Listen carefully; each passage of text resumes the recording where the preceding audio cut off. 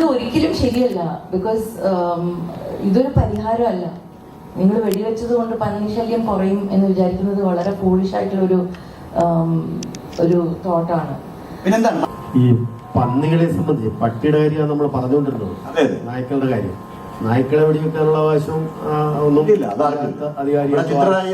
ആർക്കുമില്ല. അതേസമയം കാർഷിക വിളകളെല്ലാം നശിപ്പിക്കുന്ന അല്ലെങ്കിൽ മനുഷ്യന് ആപത്തുണ്ടാക്കുന്ന അപകടം ഉണ്ടാക്കുന്ന തരത്തിൽ കാട് വിട്ടിറങ്ങി വരുന്ന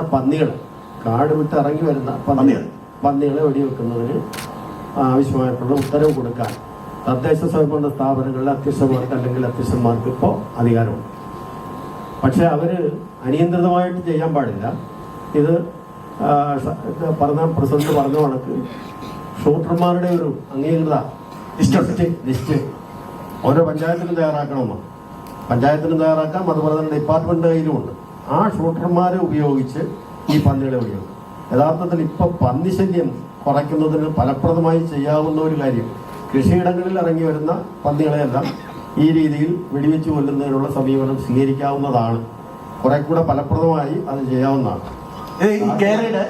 അകത്തുകാർ വെടിവെച്ചൂടാ എന്നുള്ളതേ ഉള്ളൂ, വെളിയിൽ അത് ചെയ്യാം. പക്ഷേ അതിന്റെ മാംസം കഴിക്കാനായിട്ട് നിയമമൊന്നും തന്നെ അനുശാസിക്കുന്നില്ല.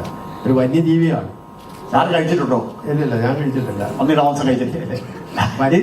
അല്ല, ഡോക്ടർ പറഞ്ഞു നല്ല മാംസമാണെന്ന് പറഞ്ഞു. തീർച്ചയായും ഇപ്പൊ ഈ ആര്യങ്കാവ് പഞ്ചായത്ത് പ്രസിഡന്റ് തന്നെ പറയുമ്പോൾ സംസ്കരിക്കുകയാണ് ചെയ്തത്. യഥാർത്ഥത്തിൽ എന്താ നടന്നെന്നുള്ള കണ്ടറിയണം പൂർണ്ണമായിട്ടും. അല്ലെങ്കിൽ ഞാൻ ഒരു പറഞ്ഞോട്ടെ, നമ്മള് പന്നികളെ ഭക്ഷണ ആവശ്യത്തിന് വേണ്ടിയിട്ട് വെടിവെക്കാനുള്ള അനുമതി കൊടുത്താൽ വളരെ മിസ്യൂസ് കാര്യമായിട്ടുണ്ടാവും. അടുത്തിനകത്തേയും കയറി വെടിവെക്കും, വേട്ടയായി മാറും. അങ്ങനെ സംഭവിക്കാൻ സാധ്യതയുണ്ടോ? അതല്ല വേണ്ടുന്നത്. കൃഷി നശിപ്പിക്കാൻ ഇറങ്ങുന്നു, അല്ലെങ്കിൽ മനുഷ്യനെ തന്നെ ശല്യം ഉണ്ടാകുന്നു. ഇപ്പൊ റോഡ് ക്രോസ് ചെയ്യും ചില പന്നിപ്പാച്ചിലെന്ന് കേട്ടിട്ടില്ലേ? പന്നി ഒന്നും നോക്കുന്നില്ല, അതൊറ്റ പാച്ചിലാണ്. അതിനെതിരെ വരുന്ന എന്തിനെതിരായിട്ടും അത് തട്ടിക്കൊണ്ടു. അങ്ങനെ തന്നെ നിരവധി അപകടങ്ങളുണ്ടാണ്. ഈ അപകടങ്ങൾ ഉണ്ടാകുന്നത് ഇപ്പൊ ആ പന്നി യഥാർത്ഥത്തിൽ ആരെയും ആക്രമിക്കാൻ വേണ്ടി വരുന്നതല്ല, അതിന്റെ ഒരു പാച്ചിലാണ്, പന്നിപ്പാച്ചിൽ. അല്ല, ഇത് യഥാർത്ഥത്തിൽ നേരിട്ട് ഒരു പന്നി ഒരു വട്ടം 18, 20, 25 ഒക്കെയാണ് പ്രസവിക്കുന്നതെന്നാണ് എന്റെ ഒരു കണക്ക്. അപ്പോ വളരെ അധികമായിട്ട് പെട്ടെന്ന് ഇതിന്റെ നമ്പർ വർദ്ധിപ്പിക്കാം. 114 ദിവസം മതി. നാട്ടിൻ പ്രദേശത്തൊക്കെ ഒരുപാട് ഇങ്ങനെ പന്നി പെറ്റുവരിക എന്നൊരു ഇത് പഴഞ്ചൊല്ല് തന്നെ ഉണ്ട്. പന്നി പെറ്റുവരിക എന്നൊരു പഴഞ്ചൊല്ല്. അത് ഒരിക്കലും ശരിയല്ല.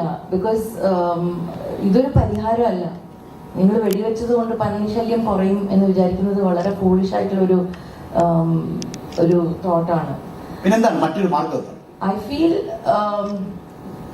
എന്നെക്കാൾ നന്നായിട്ട് രാജസാറിന് പറയാൻ പറ്റും. There has to be a buffer zone. വളരെ വളരെ ഡെഡിക്കേറ്റഡ് ആയിട്ടുള്ള ഒരു ബഫർ സോൺ ക്രിയേറ്റ് ചെയ്യണം between the forest and human settlements. ഈ ഹ്യൂമൻ സെറ്റിൽമെന്റ് അങ്ങ് ഫോറസ്റ്റിനകത്ത് വരെ ഹ്യൂമൻ സെറ്റിൽമെന്റ് ഉണ്ട്. പിന്നെ എങ്ങനെയാണ് പന്നികളൊക്കെ എവിടെ പോകും?